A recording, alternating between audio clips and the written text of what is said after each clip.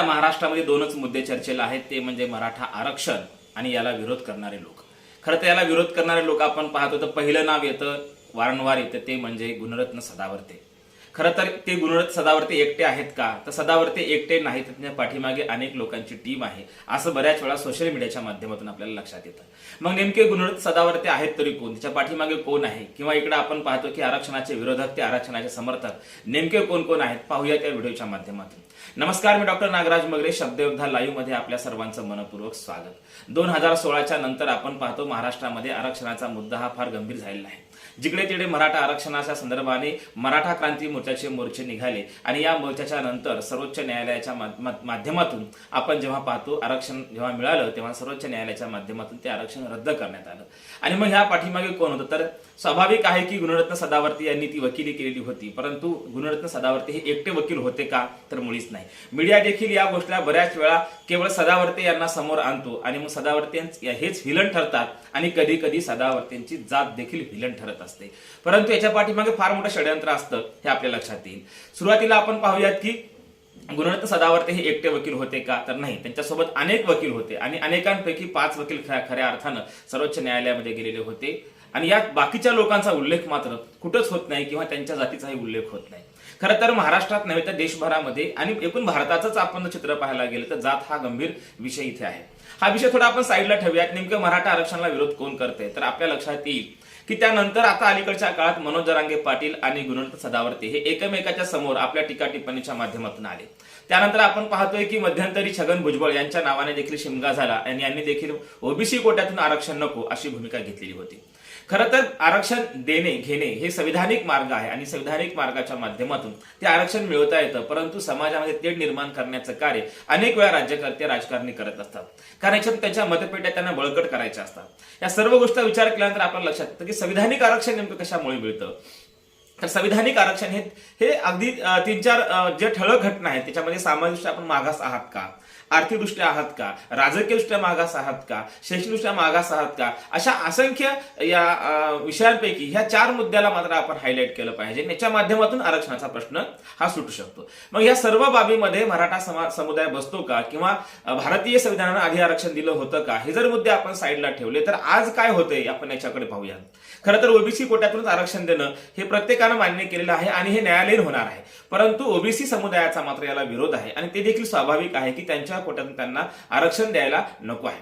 परंतु तो कोटा जर वाढवला आणि जातनिहाय जनगणना केली तर नक्कीच हे प्रश्न सुटू शकतात, असाही एकीकडे आपल्याला सूर निघालेला दिसून येतो.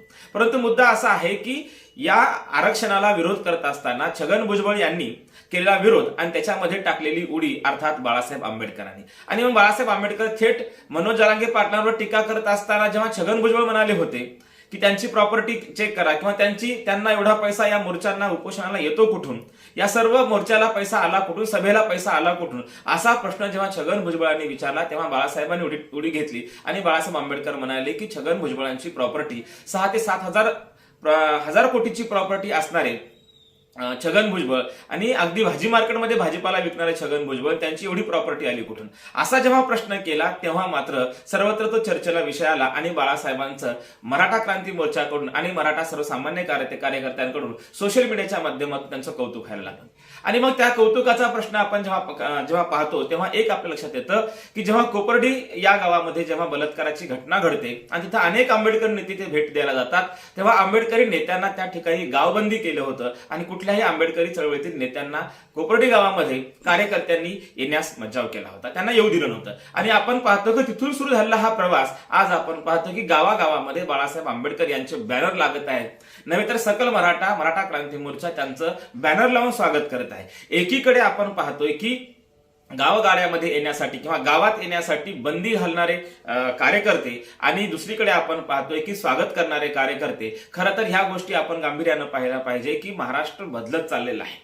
कुठेतरी आपण पाहतोय की एकीकडे ह्या घटना का घडतात, तर याच्यातून जातीय मानसिकता जेव्हा आपली उभी राहते तेव्हा आपण द्वेषाच्या भावनेतून लोकांकडे पाहत असतो. परंतु बाळासाहेब आंबेडकर यांनी आतापर्यंतच्या त्यांच्या एकूण राजकारणात पाहायला गेलं त्यांनी न्यायिक भूमिका घेतलेली आहे आणि मग ह्या न्यायिक भूमिका घेतल्या कारणानेच कदाचित त्यांचा गावागावामध्ये सन्मान होताना आपल्याला दिसून येतो. आणि मग हा सन्मान होत असताना शरद पवार साहेबांनी त्यांना चहा प्यायला अर्थात सुप्रियाताईंनी त्यांना कॉफी घ्यायला बोलवणं, इकडे गावागावात त्यांचा मराठा क्रांती मोर्चाकडून सन्मान होणं आणि बाळासाहेब आंबेडकर, मराठा कार्यकर्ते, मराठा समुदाय आणि आंदोलक हे एकमेकाच्या संपर्कात येणे, ह्या ज्या घटना राजकारणामध्ये घडताना आपण पाहतोय, ह्या घटनांचा मात्र प्रस्थापित राजकारण्यांना धक्का बसलेला आहे. कारण हे भीतीचं वातावरण आहे.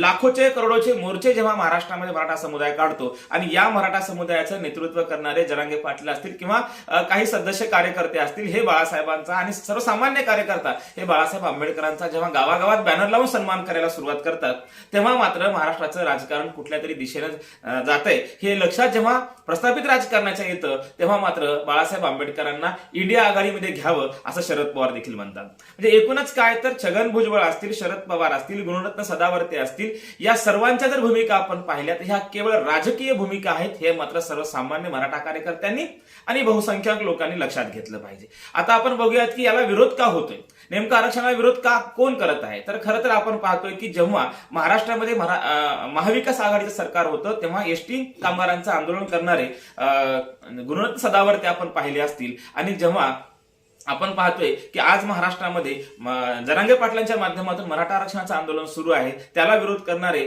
सदावर्ते, म्हणजे ह्या गोष्टी जर आपण पाहिल्या तर त्यांच्या पाठीशी कोण आहे हे आपल्या लक्षात येते. म्हणजे एकीकडे त्या काळामध्ये तुम्ही आंदोलन उभे करता, आज ज्या आंदोलन व्हायला त्याला तुम्ही विरोध करता, आणि मग आजच्या आंदोलकांच्या पाठीशी कोण आहे हे देखील चित्र स्पष्ट होते. खरं तर आपण गोंधळात पडले असाल, परंतु मला सांगायचं एवढंच आहे या व्हिडिओच्या माध्यमातून, मनोज जरांगे पाटील असतील, छगन भुजबळ असतील, बाळासाहेब आंबेडकर असतील किंवा सदावर्ते असतील, या सर्वांनी संविधानिक भूमिका घेणं अत्यंत महत्वाचं आहे. आणि ही संविधानिक भूमिका घेतली तर खरं तिथल्या बहुजनांचं कल्याण होणार आहे. कारण ही चारही नावं आपण पाहिले ते बहुसंख्याक समुदायातून आलेली नावं आहेत आणि या समुदायाच्या निर्णयानं राजकीय निर्णय पलटू शकतात. आणि म्हणून या सर्वच घटना घडामोडीतून लक्षात येतं की शरद पवारांना शिव्या देणारे आणि एकीकडं भाजप सरकारचं गुणगान गाणारे सदावर्ते हे आरक्षणाला विरोध करतात आणि त्यांच्या जात समुदायाला मग सोशल मीडियाच्या माध्यमातून टार्गेट केलं जातं, ह्याचाही विचार केला पाहिजे. खरं तर बाळासाहेब आंबेडकरांच्या भूमिकेनंतर, त्यांच्या न्यायिक भूमिकेनंतर महाराष्ट्रामध्ये एक वेगळं चित्र निर्माण झालं. आणि मग ह्या चित्राच्या माध्यमातून जेव्हा आपण पाहतो